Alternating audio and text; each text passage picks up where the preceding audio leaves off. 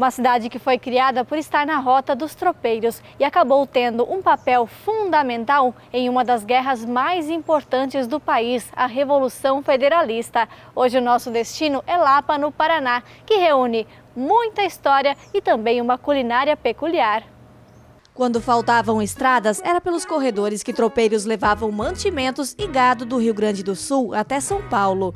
Lapa era um ponto de parada estratégico nos Campos Gerais do Paraná e assim se tornou uma das mais antigas do estado, fundada em 1769.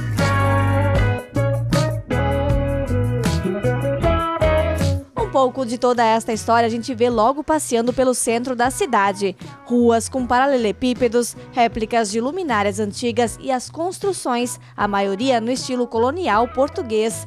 É o caso da Casa da Memória. O primeiro proprietário desta casa teve um sonho com 10 cavalos alados, onde mais tarde jogou na loteria, ganhando 2 contos de réis e assim construindo essa casa.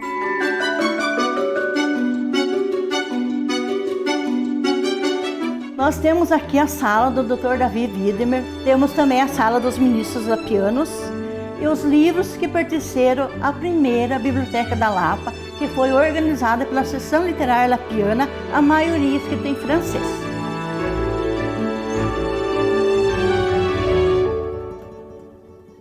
O próximo ponto de parada é o Teatro São João, de 1876. Feita toda em madeira, a estrutura junta 3 estilos: palco no estilo italiano, plateia no estilo elisabetano e a fachada neoclássica. Naquela época, a província estava estimulando a criação de teatros-biblioteca. Então, em 1873, foi fundada a Associação Literária Lapiana, um grupo de lapianos que reuniu e construiu aqui esse espaço com a finalidade de ser biblioteca. Eles tinham um acervo de 1.500 livros aqui, porque esse teatro está entre os 9 mais antigos do Brasil, tombado pelo patrimônio histórico e em funcionamento ainda.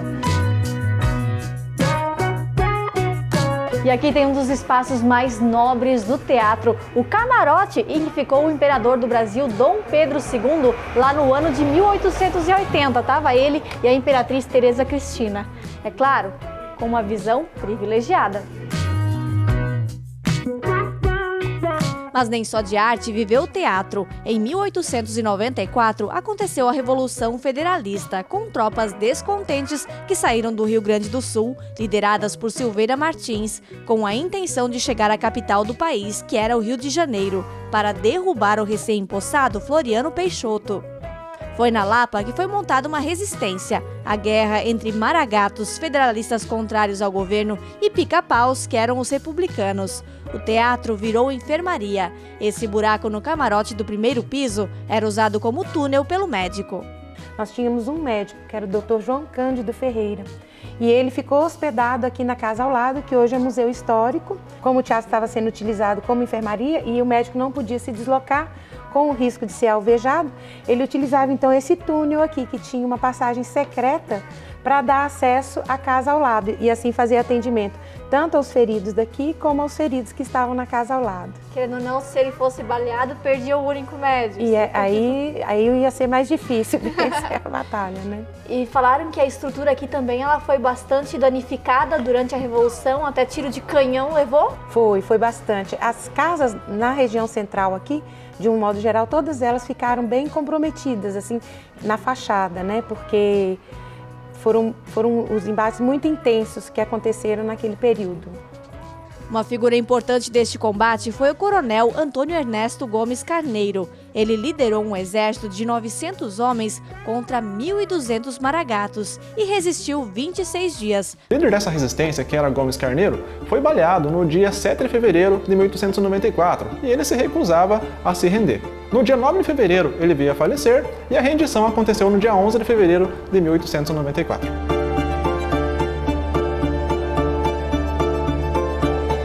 Essa vitrine tem os itens pessoais do General Carneiro, inclusive aqui um lenço com manchas de sangue utilizado enquanto ele foi ferido. Tem também um pouquinho de terra ali da cidade natal dele, Cerro, Minas Gerais, que ele foi mandado aqui para Lapa pelo Marechal Floriano, como ele já tinha combatido ali na Guerra do Paraguai.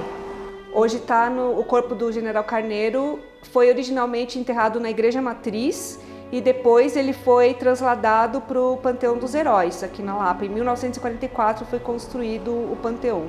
Depois do cerco da Lapa, as tropas inimigas não avançaram e voltaram ao Rio Grande do Sul.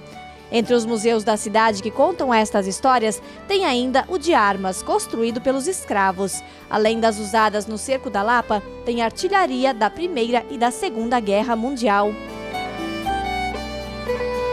Outra construção antiga é esta casa, que pertenceu à família Lacerda por 4 gerações e onde foi assinada a ata de capitulação da Lapa. A estrutura é mantida com características dos séculos 19 e 20.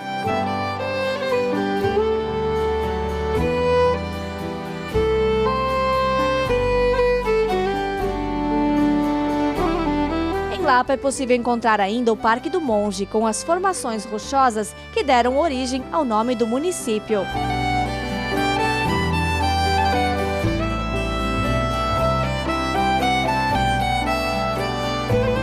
A igreja da cidade, dedicada a Santo Antônio, foi construída com pedras do parque e é de 1784.